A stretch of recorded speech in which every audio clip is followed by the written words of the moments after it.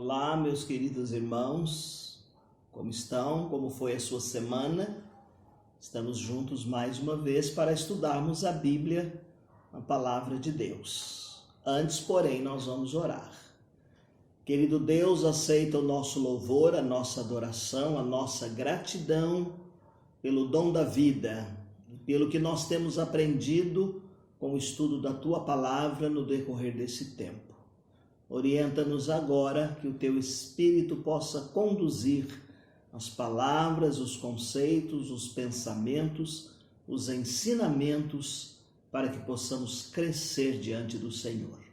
É a oração que fazemos no nome de Jesus. Amém. Muito bem, meus queridos. Eu disse que hoje nós estaríamos voltando ao início das nossas lições. Não é bem um resumo, mas fazendo um apanhado, mas historiando algumas coisas a respeito desses livros poéticos. Os livros poéticos que nós temos estudado aqui têm sido Jó, Provérbios, Eclesiastes e Cânticos dos Cânticos, ou Cântares de Salomão.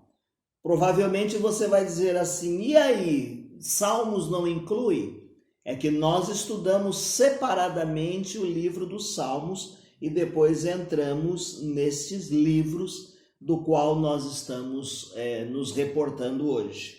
Uma outra coisa é que nós passamos a usar desse mecanismo de transmissão após o início do estado de reclusão, do início desta pandemia. Então, muitos dos irmãos pegaram o estudo dos livros poéticos pela metade, começaram a acompanhar no fundo. Algumas pessoas me perguntaram algumas coisas a respeito do conteúdo do livro, algumas particularidades, e porque nós saímos da sala de aula e passamos a fazer essa transmissão. Então, vamos rapidamente dar uma historiada no que essas lições têm a nos dizer. Nós estudamos os livros poéticos, não versículo por versículo, mas o autor da revista Compromisso, que é a revista que nós usamos, ele trouxe temas em cima desses assuntos. E hoje nós estamos colocando diante dos irmãos o tema que foi a introdução desses estudos, que é a vida como é, e a busca por Deus em meio aos dilemas da existência. Retrata esses livros poéticos com muita sabedoria do Antigo Testamento. E ele vem aqui trazendo-nos esses ensinamentos que tratam das experiências humanas. Os livros poéticos compõem a terceira parte da seção bíblica, da seção pelo qual os livros da Bíblia são divididos. Ele vai ficar entre os livros históricos e os livros proféticos. Eles são um ponto de equilíbrio e são compostos, então, destes livros que nós já mencionamos. Jó, Salmos, Provérbios, Eclesiastes, Cânticos dos Cânticos. E nesses livros, a experiência humana é destacada como se fosse um palco no qual Deus está presente e atuando. Antes de nós iniciarmos essa recapitulação de alguns dos livros, nós temos que dizer uma coisa importante para os irmãos. É a questão da poesia da época. Era muito usada a poesia da época e os cânticos, era uma forma dos integrantes das religiões do Oriente se comunicarem, cultuarem e atuarem. Pela poesia, os hebreus festejavam o reconhecimento da presença inspiradora de Deus. E ainda pode-se acrescentar o fato de que grande parte da mensagem profética foi expressa por meio de poesia. Portanto, para cada ocasião, os israelitas tinham uma poesia. Iniciamos então, como eu já mencionei, os salmos foram estudados separadamente, nós estudamos e começamos esta fase de estudos falando a respeito do livro de Jó. Ele vem encabeçando esta lista de estudos e a autoria do livro, dizem alguns, que é incertas. Há quem inclua Moisés como autor deste livro, há quem coloque aí os sábios, inclusive Salomão, ou quem coloque sendo o autor desconhecido, o escritor do livro de Jó. Possivelmente este livro fora compilado no período salomônico, na metade do século XV, e Jó é o principal personagem deste livro. O livro nos traz um dos principais dramas da existência humana, que é o sofrimento. Talvez você se pergunte por que nós sofremos? Por que o homem sofre? O sofrimento que traz dor será que ele pode ser pedagógico para o servo de Deus? Pode ser muito pedagógico para o servo de Deus, sim. Porém, nós podemos incorrer em duas vertentes. Aquelas pessoas que diante do sofrimento se aproximam mais de Deus, se agarram a Deus e sabem tirar do sofrimento uma lição prática para a sua vida, amadurecem, crescem diante de Deus com o sofrimento pelo qual elas estão passando, porque Ele é ensinador e pedagógico. Porém, a outra vertente, na outra linha, é perigosa. Há pessoas que não aceitam, há pessoas que se revoltam, há pessoas que dão as costas para Deus. Há muitos que dizem que Deus não resolve o seu problema e não livrou-a do perigo. Eu acredito, e a palavra de Deus nos diz, que Deus permite o sofrimento na nossa vida. Se você perceber a experiência de Jó, você vai ver que várias vezes Satanás foi a Deus pedindo permissão para tentar a Jó, para experimentar a Jó. E Deus pôs limites no sofrimento desse homem. Bom, por que o estudo no livro de Jó foi importante para nós? Qual a importância que nós destacamos aqui no fato dele ter sofrido de forma que nós sofremos também? Nós sofremos. Porque veja as áreas pelo qual ele sofreu. A sua família teve problema, começando na família, perdendo os filhos, chorando muito a morte dos seus filhos, e ora que não fora um, foram todos os seus filhos. A outra área da vida que nós vemos esse homem sofrendo foi na área da saúde. Fisicamente ele padeceu, fisicamente ele sofreu, ele sentia dores a ponto de coçar com um caco de telha.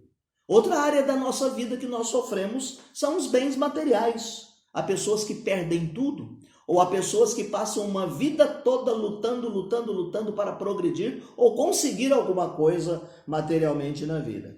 Então Jó é importante para nós hoje, porque ele nos ensina que apesar do sofrimento humano, nós temos Jesus Cristo. E Jesus Cristo disse: no mundo tereis aflições, mas tem de bom ânimo, eu venci o mundo. E Jesus Cristo também disse: eu estarei convosco todos os dias até a consumação dos séculos. E eu entendo, meu querido, que mesmo em meio ao sofrimento e à dor, Deus está agindo. Romanos capítulo 8, verso de número 28, diz que todas as coisas cooperam juntamente para o bem daqueles que amam a Deus, os filhos de Deus. Aí nós caminhamos para um outro livro, pulamos o livro de Salmos e fomos para Provérbios. E Provérbios veio nos ensinar como viver neste mundo. Tradicionalmente, esse livro é atribuído, sim, a Salomão, embora existam outros autores que fizeram parte da composição desse livro. Admite-se uma data do livro entre 950 e 700 a.C. O livro é uma fonte de sabedoria, cujo conteúdo, em relação direta, vai nos tornar e vai nos preparar para algumas coisas que nós aprendemos aqui. Honrar pai e mãe. Foi muito importante o ensinamento a respeito do relacionamento de pai, mãe, de filhos. Nós aprendemos no livro de Provérbios criar os filhos, como criar filhos. Nós aprendemos também no livro de Provérbios como lidar com o dinheiro. Aprendemos no livro de Provérbios como nos conduzir e tomar cuidado com a nossa sexualidade, principalmente com ofertas que vêm de fora com as mulheres sedutoras. Aprendemos no livro de Provérbios a trabalhar e como exercitar a liderança. Aprendemos como usar bem as palavras, falar na hora certa, como falar, saber calar-se. Nós aprendemos nesse livro em que contexto nós podemos falar e nos manifestar. Aprendemos também, queridos, como tratar os amigos. O livro nos falou, por exemplo, de gentileza. Há muita aspereza, há muita grosseria hoje, há muito desrespeito hoje. O livro traz de volta o ensinamento para a gente tratar com os amigos e tratar também com gentileza. Até mesmo sobre comer e beber. Como sentar à mesa, como portar-se e como comer saudavelmente. Aprendemos como cultivar as emoções, as nossas atitudes em relação aos outros de modo pacífico. Estas questões relativas à moral prática é uma marca do livro de Provérbios. Por isso, o livro tem uma mensagem importante para nós hoje. Devemos temer ao Senhor, que é o princípio da sabedoria. Provérbios capítulo 1, verso de número 7. Seguramente, meus queridos, todos esses conselhos sábios só poderiam vir do sábio Salomão. E é certo de que ele é o autor também do próximo livro que eu quero rapidamente lembrar os irmãos, que é o livro de Eclesiastes, o quarto livro dos poéticos. Alguém disse que é o livro mais mal-humorado da Bíblia. É interessante, né? Mas ele apresenta a vida como realmente ela é. Passado tantos anos, ele foi vendo muitas coisas e ele foi percebendo que algumas coisas eram vaidade, vaidade de vaidade, tudo é vaidade. E aí, numa perspectiva pessimista, de forma ácida, ele mostra a existência. É um livro extremamente atual. Veja, ele vem trabalhar com as ideias de que nós vivemos numa sociedade banal, numa sociedade, numa geração cheia de futilidades, de coisas que não precisam, de coisas que poderiam ficar para depois, de coisas que não fariam falta na nossa vida e nós achamos que elas são importantes. Muita futilidade. Por isso, sua tarefa é expor total incapacidade humana de encontrar o sentido e a completude da vida por nós mesmos. Sozinhos, nós não nos completamos. Só em Cristo nós encontramos o real sentido da razão de viver. Os prazeres são passageiros, tudo passa. Usando a expressão do sábio Eclesiastes, tudo é vaidade ou ilusão. Mas com Cristo, nós lucramos e somos mais que vencedores. Aí, meus queridos, nós relembramos os acontecimentos dos livros dos cânticos, cantares ou cântico dos cânticos, também atribuída a autoria a Salomão, por volta do século X a.C. Pode ter sido escrito por ocasião de um casamento real. E aqui o Cântico é um livro que indica que homens e mulheres foram criados física e emocionalmente para viver em amor. Podem até viver isoladamente, levar uma vida sozinhos, mas, via de regra, o ser humano foi criado para se relacionar e desenvolver esse sentimento chamado amor. Interessante que o livro celebra o relacionamento entre duas pessoas diferentes. Ele fala a respeito do amor entre uma camponesa, a sulamita, e do seu amado, que é o rei.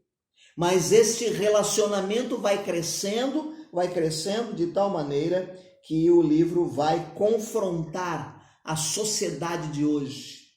A sociedade de hoje que banaliza o casamento, que diz que o casamento é algo ultrapassado, que gera muitas separações, o casamento que mostra esposas sendo assassinadas pelos seus maridos, seus próprios maridos.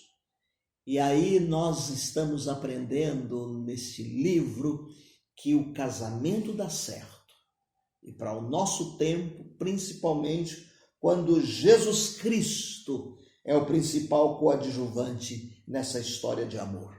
Tanto que, alegoricamente, as pessoas querem atribuir o relacionamento da sulamita com o rei como sendo da igreja e de Jesus Cristo. Ou como dissemos, o povo de Israel como Deus, o nosso Deus eterno. Bem, as ressalvas à parte, nós temos que lembrar Efésios capítulo 5, 24 e 25, que diz que os maridos devem amar as esposas como Cristo amou a igreja, que a esposa deve honrar, amar e respeitar o marido da mesma forma do relacionamento da igreja com Jesus Cristo. Então nós concluímos os livros poéticos dizendo que eles são bem atuais. Eles mostram as características dos homens do nosso tempo e apresentam-nos também a vida como ela é, bem como a busca desses indivíduos em satisfazer o seu ego. Essa alma vacilante só será plenamente satisfeita em Jesus Cristo. Então, como eu disse anteriormente, nós estudamos os livros, mas não versículo por versículo. Nós estudamos 13 temas. Veja só, o primeiro deles foi a vida de um homem chamado Jó, em que reconhecemos a soberania de Deus nos acontecimentos tanto de ganhos quanto de perdas. Na outra lição, na segunda, nós aprendemos a questão do sofrimento. Reconhecer que o sofrimento faz parte da vida, mesmo aqueles que nos são inexplicáveis. Terceira lição, como agiram os amigos de Jó e sua defesa. Ter compaixão e paciência com aqueles que precisam de ajuda nas horas difíceis da vida. Na quarta lição, nós estudamos o tema Jó continua firme em sua retidão ao Senhor. Aprendemos que é preciso confiar em Deus, haja o que houver. Na quinta lição, Deus vê o caminho do homem e enxerga todos os seus passos. Aprendemos e avaliamos a respeitar e acatar a soberania de Deus. Na lição de número 6, nós aprendemos a respeito da voz de Deus, que ela deve ser ouvida.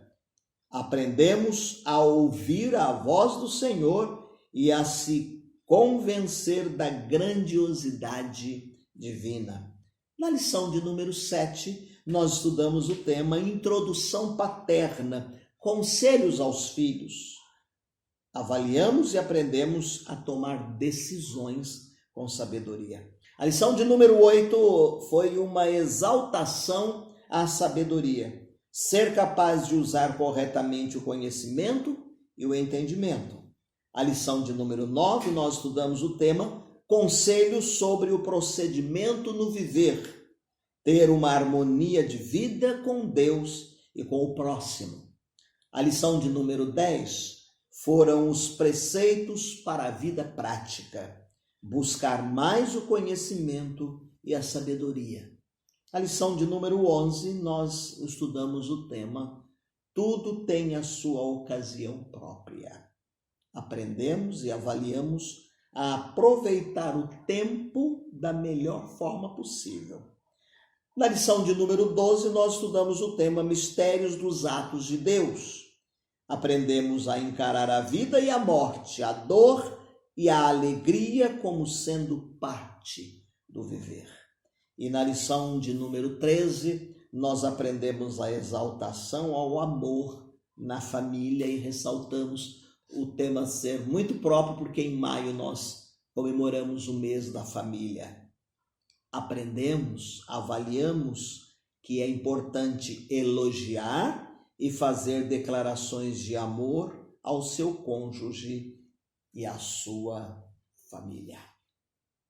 Muito bem, nós vamos iniciar no nosso próximo encontro, como eu disse, um estudo nas cartas de Paulo. Nós vamos estudar Gálatas, Efésios, Filipenses e Colossenses, estas cartas do apóstolo Paulo. Seria importante você ir ao templo no horário das 9 às 16 horas e procurar pela sua revista, a fim de que o irmão possa estar fazendo a leitura diária e preparando-se para a lição do próximo encontro. No próximo encontro, nós vamos fazer, então, aquela introdução aos estudos das cartas.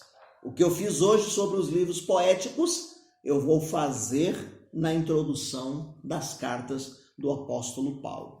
Não deixe de fazer a sua leitura diária. Então, para tanto, seria importante você ler a carta aos Gálatas. Comece lendo a carta aos Gálatas para que depois, se você não tem a revista, você possa continuar com a leitura diária. Ou mesmo aquele formuláriozinho que nós distribuímos para você ler a Bíblia em um ano. Seria bom que o irmão não deixasse de lado. Ok? E como sempre, nós terminamos o nosso encontro lendo as expressões de algum hino do nosso cantor, o cantor cristão. E hoje eu quero ressaltar o 473 do cantor que diz firme na fé. Campeões da peleja sagrada, o clarim chama a luta os fiéis. Vamos nós, na arena bendita, conquistar os celestes auréus. Vamos já com Jesus, arvorando o glorioso pendão. Contra as trevas lutemos com Deus, sempre firmes com o bom capitão. Sim, a luta do bem é suprema. Quando sob comando de Deus, a vitória completa, segura, porque temos a ajuda dos céus. Se o labor desta causa altaneira tem espinhos que podem ferir, é nos céus compensados 1000 vezes pela paz do celeste porvir. E se o mundo atear os seus ódios contra nós, contra o maldoso desdém, não importa se isso nunca enfraqueça os heróis da conquista do bem. Vamos já, com Jesus, arvorando o glorioso pendão, contra as trevas lutemos com Deus, sempre juntos do bom capitão. Deus te abençoe, tenha uma semana abençoada. Prepare-se para o próximo encontro, quando nós estaremos então começando a introdução a algumas cartas do apóstolo Paulo. Fique com Deus, fique na paz do Senhor. Deus te abençoe.